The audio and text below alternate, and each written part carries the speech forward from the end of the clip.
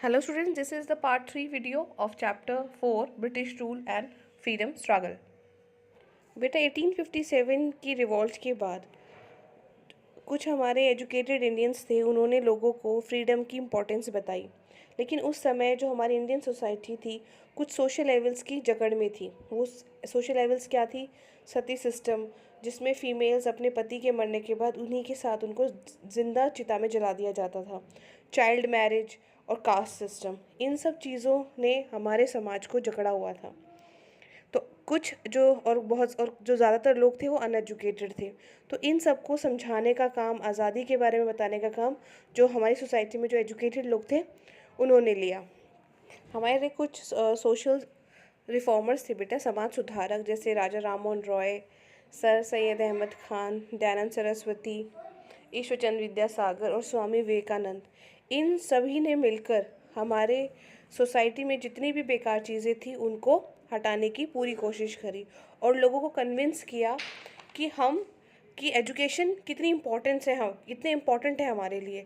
और अगर एजुकेशन सभी लोग एजुकेटेड होंगे तो उनकी अपनी एक समझ होगी, सही गलत की वो पहचान कर सकेंगे। ठीक है। और उन्होंने इन्हीं मेहनत की वजह से जो नेशनलिज्म की जो फीलिंग थी लोगों के अंदर उसको काफ़ी बढ़ावा मिला और उसी के बाद से फिर इंडियन नेशनल मूवमेंट स्टार्ट हुआ। Many educated Indians started to organize people for freedom struggle, and for this they formed associations and institutions.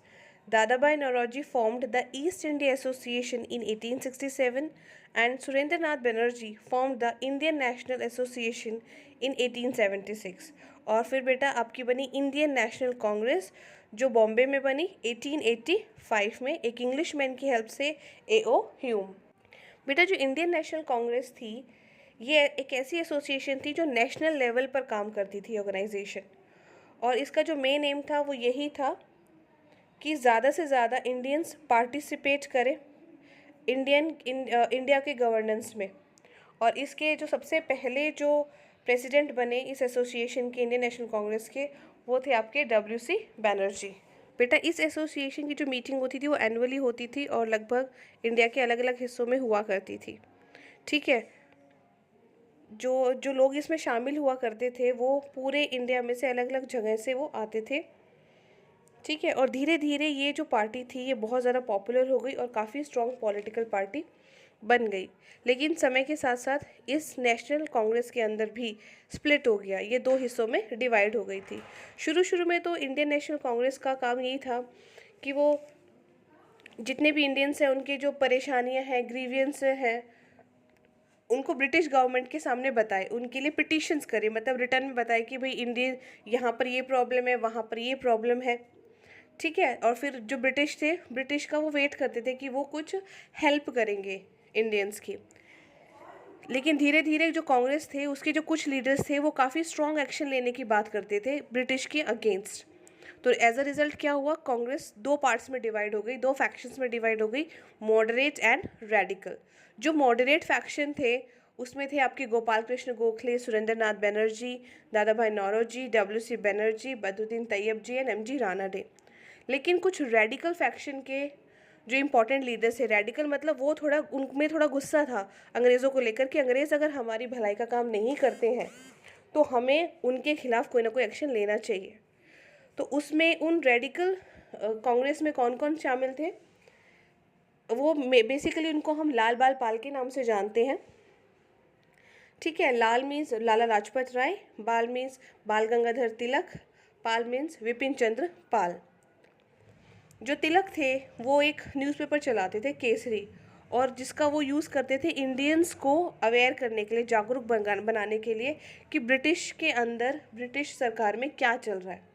ठीक है। और तिलक का एक बहुत फर्मली उनका एक नारा उन्होंने कहा था, freedom is my birth right and I shall have it. इसका मतलब कि आज़ादी जो है मेरा जन्म सिद्ध अधिकार है और मैं इसे लेकर रहूँगा। अब इसके बाद इंडियन नेशनल मूवमेंट का सेकेंड फेज स्टार्ट हो जाता है। जो बंगाल था वो सेंटर बन चुका था फ्रीडम स्ट्रगल का।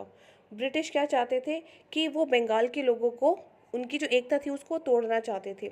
इसलिए उन्होंने क्या अपनी वही पुरानी पॉलिसी अपनाई, डिवाइड एंड रूल की। उन्होंने क्या किया, उन्होंने बंगाल के दो हिस्से कर दिए। दे डिवाइडेड बंगाल इन 1905। और रीज़न क्या दिया लोगों को, कहा जो उस टाइम थे वो, उस टाइम उन्होंने लॉर्ड कर्जन थे वहाँ के वाइसरॉय, उन्होंने ये कहा कि भाई जो बंगाल है काफ़ी बड़ा एरिया है, तो यहाँ पे एडमिनिस्ट्रेशन करने में, शासन करने में प्रॉब्लम आती है, तो इसलिए इसके 2 हिस्से कर दिए ताकि हम इजीली यहाँ पर एडमिनिस्ट्रेट कर सकें। लेकिन जो इंडियंस थे उनको पता था कि रियल इंटेंशंस क्या है अंग्रेज़ों की, तो वो इस रियल इंटेंशंस को जानते थे। उनको पता था कि ये हिंदू मुस्लिम का नाम लेकर हमारे बीच की जो एकता है उसको तोड़ना चाहते हैं।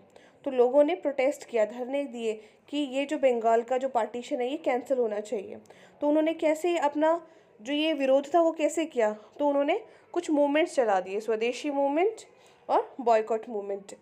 इसमें क्या होता था कि वो ब्रिटिश की लाई गई चीज़ों को वो यूज़ ही नहीं करते थे, सिर्फ स्वदेशी अपने देश में बनी चीज़ें यूज़ करते थे, और इन ब्रिटिश के जो गुड्स था, सामान था, उसको उन्होंने बिल्कुल बॉयकॉट कर दिया था, यूज़ करने से साफ मना कर दिया था।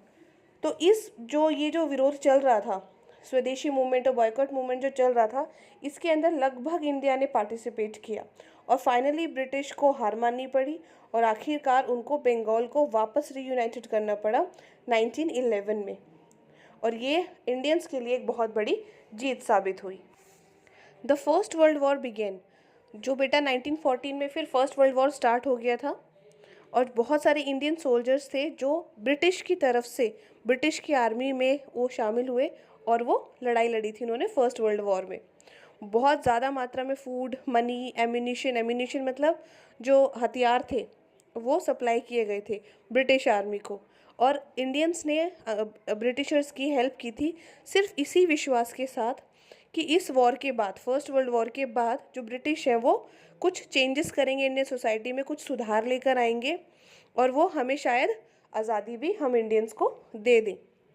लेकिन अंग्रेज़ों ने फर्स्ट वर्ल्ड वॉर के बाद कुछ चेंजेस करना तो दूर, कुछ सुधार करना तो दूर, बल्कि उन्होंने फर्स्ट वर्ल्ड वॉर के बाद कुछ उन्होंने स्ट्रिक्ट लॉ स्टार्ट कर दिया। एक लॉ स्टार्ट हुआ 1919 में, रोलेट एक्ट, और इस एक्ट के अंदर वो किसी भी इंडियन को बिना किसी ट्रायल के, बिना किसी पूछताछ के उसको जेल में डाल सकते थे।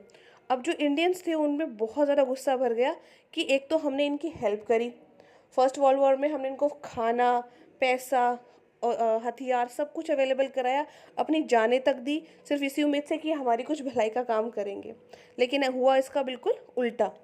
तो वो उन्होंने बहुत स्ट्रांगली प्रोटेस्ट किया अंग्रेज़ों के ख़िलाफ़, और उन्होंने फिर फाइनली इंडियंस ने ये डिसाइड किया कि अब हमें फ्रीडम के लिए ही अपनी लड़ाई को लड़ना है, और अब हम ब्रिटिश रूल के अंडर नहीं रहेंगे। अब हमें सिर्फ़ और सिर्फ क्या चाहिए, हमें सिर्फ़ और सिर्फ अंग्रेज़ों से आज़ादी चाहिए। योर चैप्टर एंड्स हियर बेटा। सो इस चैप्टर को और अच्छे से समझने के लिए आप इस वीडियो को 2 से 3 बार देखें, और स्टिल कोई डाउट है तो आप अपने टीचर से बात कर सकते हैं, फ़ोन कर सकते हैं। So take care and study well.